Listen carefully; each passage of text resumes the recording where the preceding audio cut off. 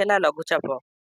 ଆଗାମୀ 5 ଦିନ ପ୍ରବଳ ବର୍ଷା। ତେବେ ଚାଲନ୍ତୁ ଏହି ଖବର ଉପରେ ନଜର ପକାଇବା। ନଜର ପକାଇବା ପୂର୍ବରୁ ଯେଉଁମାନେ ବି ଆମ ୟୁଟ୍ୟୁବ୍ ଚ୍ୟାନେଲରେ ନୂଆ ଅଛନ୍ତି, ଚ୍ୟାନେଲକୁ ସବସ୍କ୍ରାଇବ୍ କରନ୍ତୁ। ପାଖରେ ଥିବା ବେଲ୍ ଆଇକନ୍ ଉପରେ କ୍ଲିକ୍ କରି ଅଲ୍ ନୋଟିଫିକେସନ୍ ଉପରେ କ୍ଲିକ୍ କରନ୍ତୁ, ଯାହାଫଳରେ ଆମ ଲାଟେଷ୍ଟ ଭିଡ଼ିଓ ଆପଣମାନେ ସର୍ବପ୍ରଥମେ ଦେଖିପାରିବେ।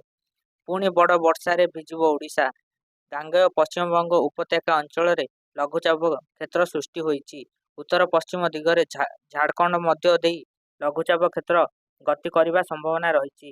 ଏହାର ପ୍ରଭାବରେ ରାଜ୍ୟରେ ଆସନ୍ତା 27 ତାରିଖ ଯାଏଁ ଆଗାମୀ 5 ଦିନ ପ୍ରବଳ ବର୍ଷା ହେବ ବୋଲି ପାଣିପାଗ କେନ୍ଦ୍ର ପୂର୍ବାନୁମାନ କରିଛି। ଆଗାମୀ 24 ଘଣ୍ଟାରେ ରାଜ୍ୟରେ ଅତ୍ୟନ୍ତ ପ୍ରବଳ ବର୍ଷାର ଚେତାବନୀ ସୁନ୍ଦରଗଡ଼ରୁ ରେଡ୍ ଆଲର୍ଟ ଜାରି କରିଛି ଆଞ୍ଚଳିକ ପାଣିପାଗ କେନ୍ଦ୍ର।